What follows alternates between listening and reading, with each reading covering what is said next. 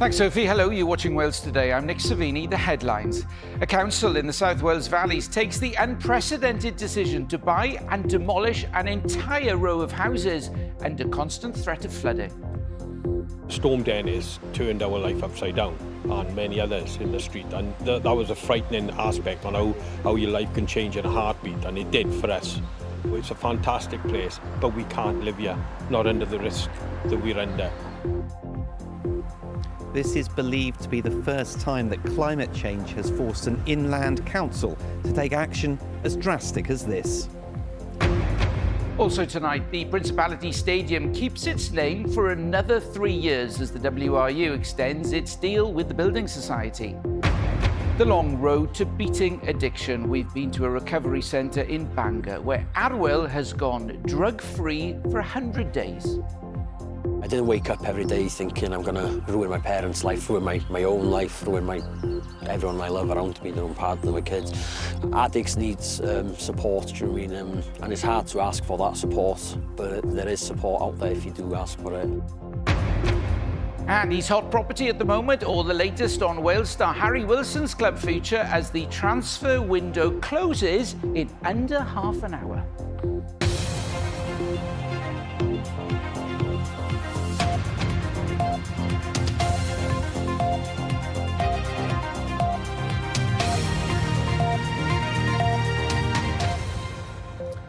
Good evening. In what's thought to be a first anywhere inland in the UK, Rhondda Cynon Taf Council has decided to buy a row of 15 houses under constant threat of flooding so that they can be demolished. It says the move has been forced by climate change. The properties of Clydach Street in the village of Ynys were seriously damaged during storms Dennis and Bert.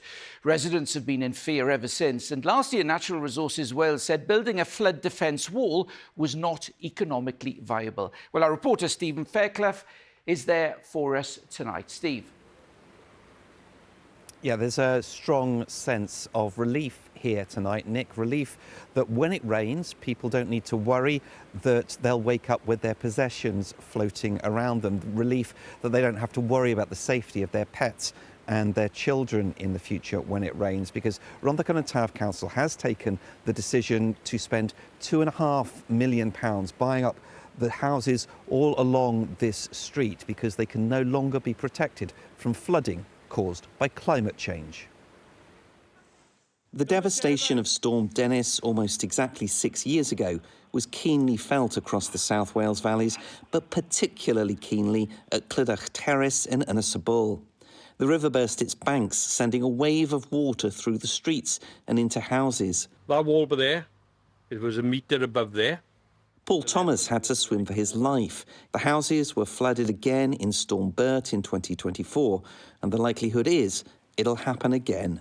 This wall is designed to keep the water of the river at bay, but in recent storms the water has come up so much that it has come over the top of the wall, into the road, across the road and into those houses, causing absolute devastation. Natural Resources Wales has looked at improving the flood defences here, but they say it's just not viable. Residents say they've been living in fear and they've spent 6 years campaigning for the council to buy the 15 homes. Storm Dennis turned our life upside down, and many others in the street, and that was a frightening aspect on how your life can change in a heartbeat, and it did for us. But my family have been brought up here. All my children were born in the property. My wife was born here, and it's a beautiful place to live. In the summer, you can't beat it. I get woken up by otters playing in the river. It's a fantastic place, but we can't live here, not under the risk that we're under. Today, Rhondda Cynon Taf's council's cabinet agreed to enormous relief. Been a long time coming.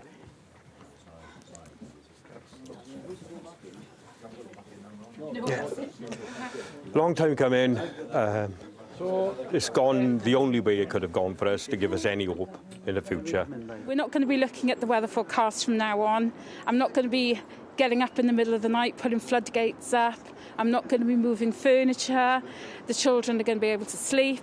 So it's just a sense of relief. Thankfully, the powers that be have seen what we've been through, and they've come on board on our side and done the best result for us today.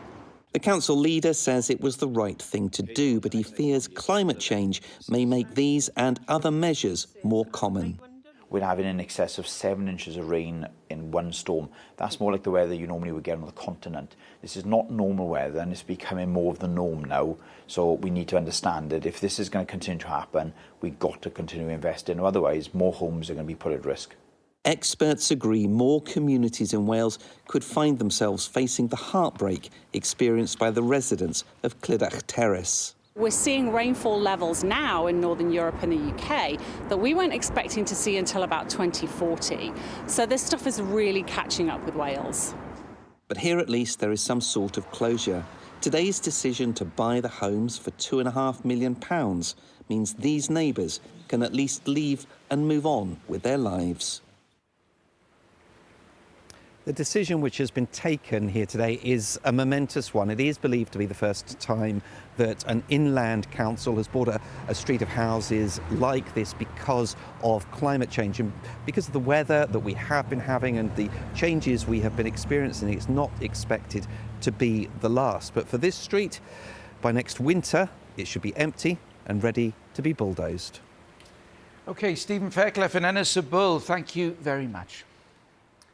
The body of a well-known drag artist who died after a night out in Cardiff was found in an alleyway covered by cardboard boxes, an inquest has heard. Darren Amir Moore was last seen in the early hours after leaving a nightclub and was later seen on CCTV near the place where his body was found the following evening. Our reporter Yolo Chung was at the inquest and joins us now from the newsroom. So what did we hear today? Well, Darren Moore from Newport was a well-known drag artist in South Wales. The 39-year-old was described by his family at today's inquest as a larger-than-life personality who was right at the heart of Cardiff's gay community. But his body was found on Sunday evening of the 22nd of January 2023 after he'd been out with friends in Cardiff the night before. Now, today's inquest heard testimony from several witnesses, including 2 staff members at Pulse nightclub, the last known location that Mr Moore had been at. One of them said that later that evening, or later in the early hours of the morning, she had seen Mr Moore in a car park with another man and that she thought she'd witnessed a sexual act being performed, but she added that there had been no reason for her to be concerned, though she did later mention it to colleagues. Now, later on, or the day after, when the alarm was raised about Mr Moore not having returned home, the other staff member then went to check out the location that was mentioned earlier, and it's there that he found the body of Mr Moore covered in cardboard, which looked like it had been placed deliberately, he said. The inquest heard that there had been no obvious injuries to the body, although the bright dress that Mr Moore had been wearing the night before had been pulled up slightly. There was also a statement from Darren Moore's husband saying that there had been no reason for him to have been at the location where he was found and that he was not someone who took drugs. The inquest continues. OK, Yolo, thank you for that. Newport Crown Court has heard that a man accused of rioting in Cardiff in 2023 encouraged others as carnage and mayhem unfolded. Ashton O'Dare from Ely denies taking part in violence which developed following the deaths of 2 teenagers, Carrie Sullivan and Harvey Evans, who died in an e-bike crash. His trial continues. Michaela Gonzalez, who is due to be part of the same trial at Newport Crown Court, changed her plea and admitted rioting. Police are continuing to search for 57-year-old James McKenna, who's wanted as part of an attempted murder investigation in Carmarthenshire, and have released this new image. Officers were called to Carmarthen Park on Thursday afternoon after receiving a report that a woman had been injured just inside the park. Dyfed-Powys Police have appealed for anyone with information to get in touch.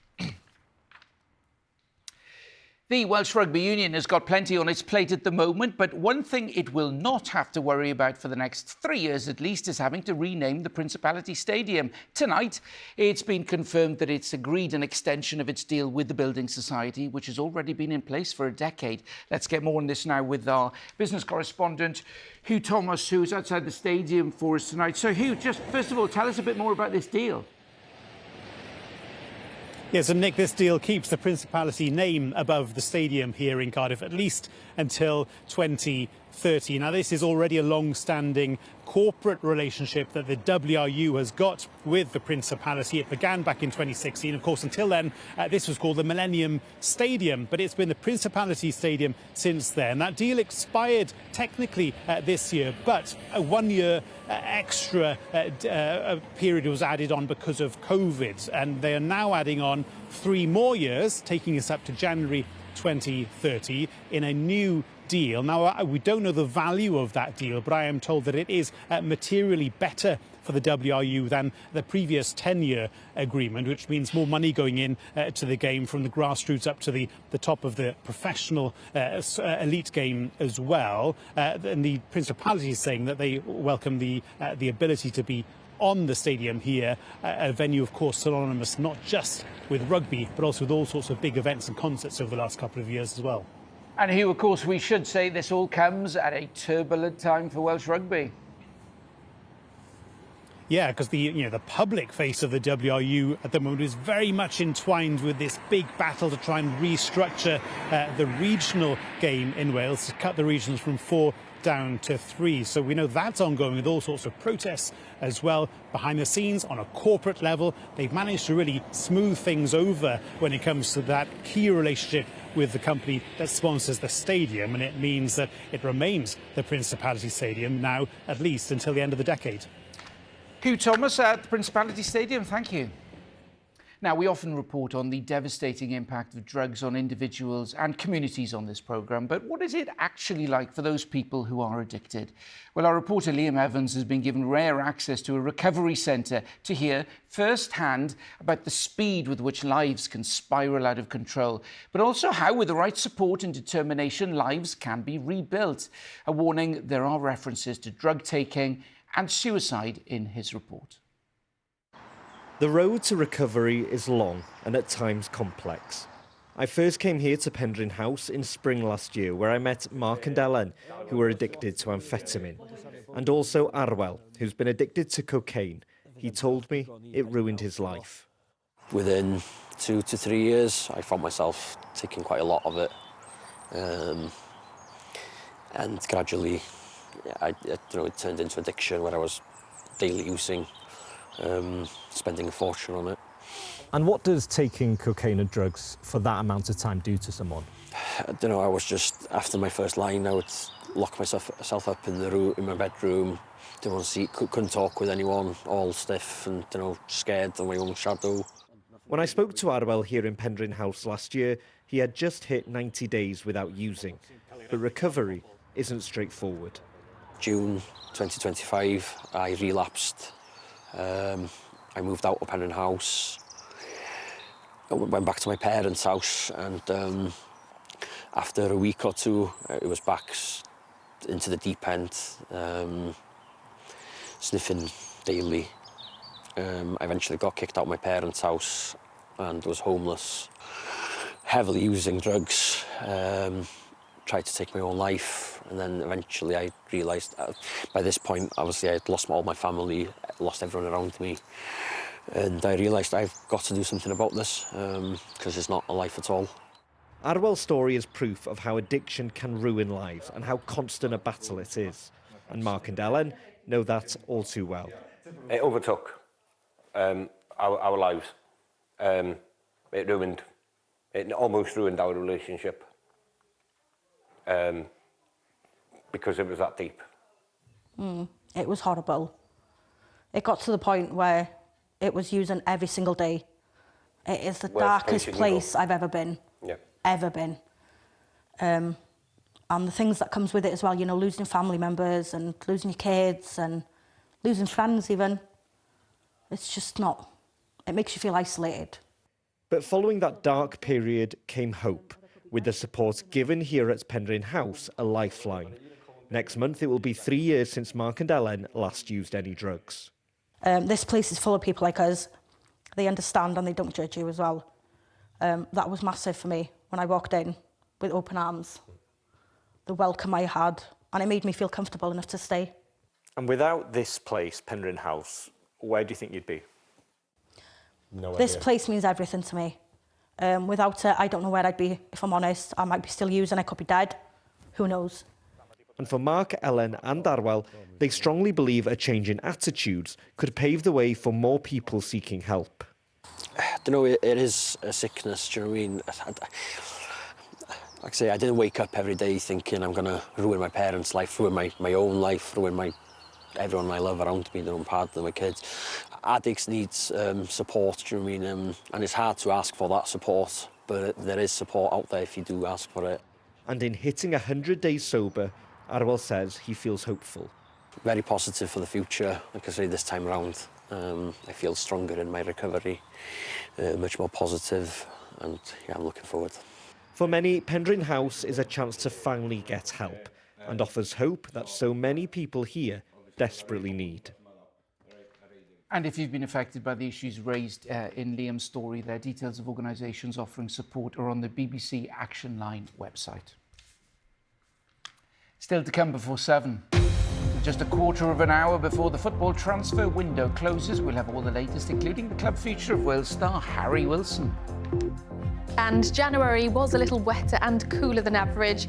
As for the first week of February, wet at times with the chance for some snow. Join me later for the full forecast.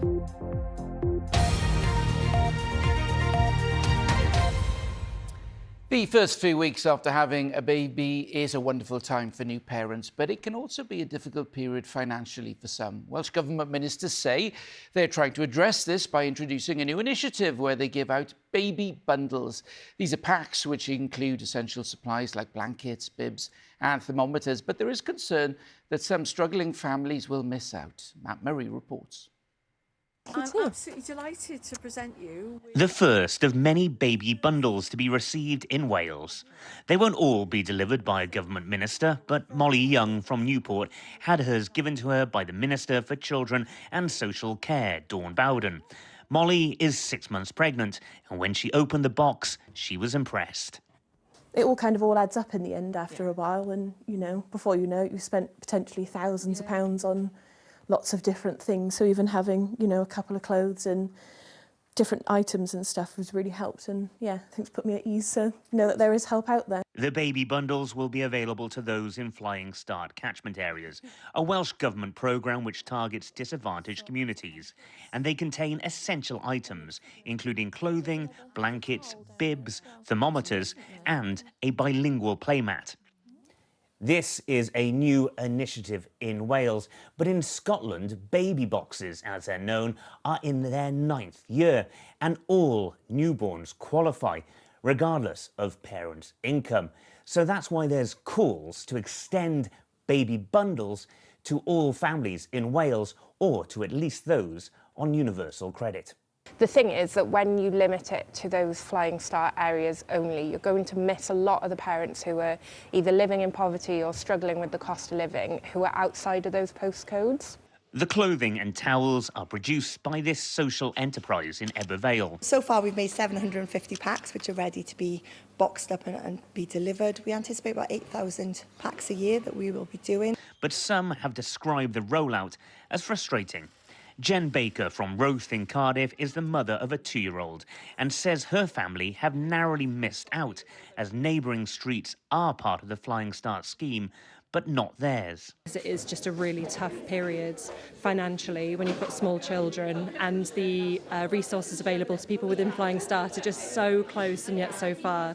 Plaid Cymru say families have been waiting since the scheme was piloted 6 years ago for these starter packs, while the Welsh Liberal Democrats and the Green Party say the baby bundle initiative does not go far enough, with them only available in Flying Start areas. These are the areas where we know we have the greatest levels of deprivation, so this is a question of need here. We will keep it under review. And who knows where it will go. I would like to see this become a universal offer at some point, but you know, we have to be careful about what we're doing with limited resources within Welsh Government. Reform claim 1 in 3 children in Wales have a chance of being in poverty under a Labour government, while the Welsh Conservatives say their childcare offer recognises the vital role grandparents play. For Molly, this has been the first welcome gift as she prepares to become a mum for the first time. To football now, and the transfer window slams shut in the next 10 minutes or so. Wales' star player Harry Wilson has been attracting interest. Our football reporter David Pritchard is with me in the studio now. Hi, Dav. So, what's the latest? Well, Harry Wilson is the subject of a bid from Everton this evening, which has been turned down by his club, Fulham. Harry Wilson, of course, is in the form of his life for club and country, scoring 12 goals in all competitions for Wales and Fulham. But he's out of contract at the end of this season, so unless he agrees a new deal, he'll be able to leave for free in the summer. That's prompted the interest in Everton tonight. And we also understand that Aston Villa have now shown a late interest, even with a deadline less than 10 minutes away. There's still time to make that happen. So with a possible free to come in the summer and interest tonight, Harry Wilson's future looks uncertain. Yeah, clock is ticking, isn't it? Look, so what about Welsh clubs? Any deals done? Well, it'll be no surprise that Wrexham have been the busiest club today and this month, really, after signing Zach Vyner, the defender from Bristol City, yesterday. They've just completed the signing of striker Davis Keillor-Dunn from Barnsley, and Bailey Cadamarteri from Sheffield Wednesday is another forward on the way. Quite a few departures as well today. Elliot Lee, Ryan Hardy, Jacob Mendy among them. A quieter day for Swansea, but they are hopeful of signing Finnish midfielder Leo Walter. An even quieter day at Cardiff. No business today for the League One leaders, though they did sign the left-back Callum Scanlon from Liverpool yesterday. OK, David, thanks very much.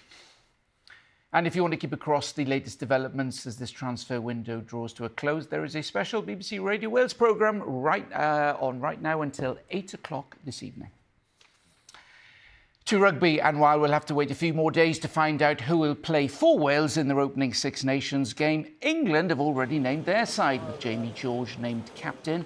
Regular skipper Maro Itoje is on the bench. He missed the start of England's preparations to attend his mother's funeral in Nigeria. Henry Arundel will make his first England start since the 2023 World Cup after being named on the left wing. Right, back to football now, and a happy 150th birthday to the Football Association of Wales, which was founded in Wrexham on this day back in 1876. The game today is, of course, unrecognisable compared to those early days. For decades, there was no official women's side, and playing at major tournaments often felt like a distant dream. But now things feel a lot different, with hopes that Wales's men will be playing World Cup football later this year. Matthew Richards reports. Where better for the FAW to mark its 150th anniversary than the place where it was born?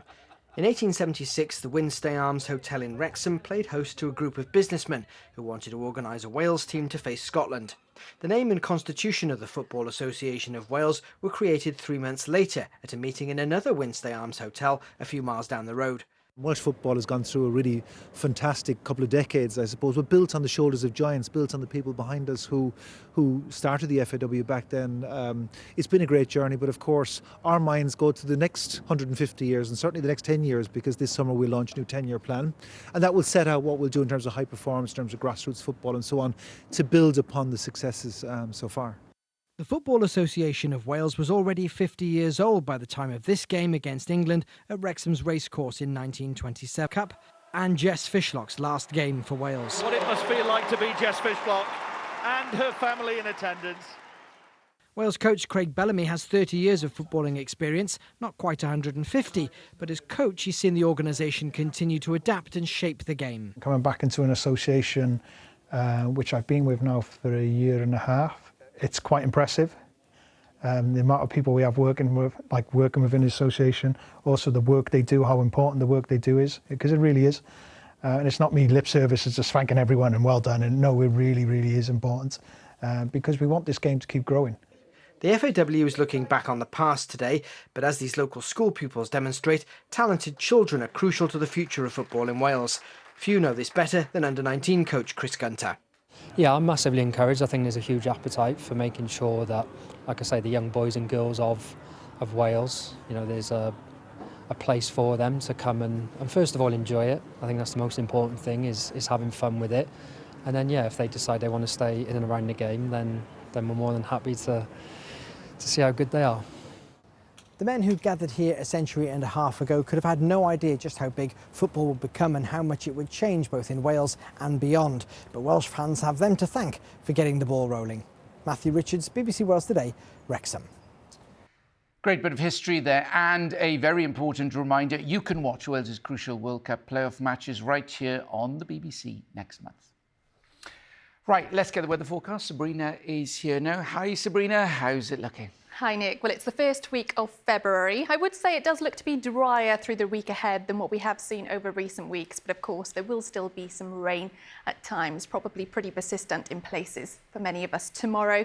And then those temperatures at times through the week ahead will dip away. So there will be some snow in places, but really mainly for higher elevations. So today, the Met Office released their next batch of statistics. That's looking back on January. And it did feel really quite wet, didn't it? We had 3 named storms that affected Wales in some form, but we did avoid the worst of the weather here in terms of the biggest impacts. So surprisingly, it was only 13% wetter than average, a little bit cooler too. That's when looking at the mean temperature.